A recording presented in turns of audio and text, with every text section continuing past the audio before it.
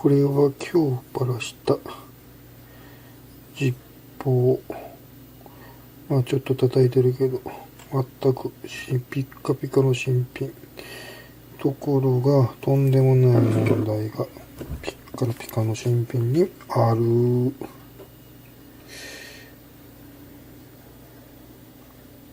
これが問題。玉を抜いた時にスポッと取れたのが変だなぁと思ったら、新品なのにパックリと首のところが割れていた。ピッカピカの工場から出たやつってこの状態だからね、困るね。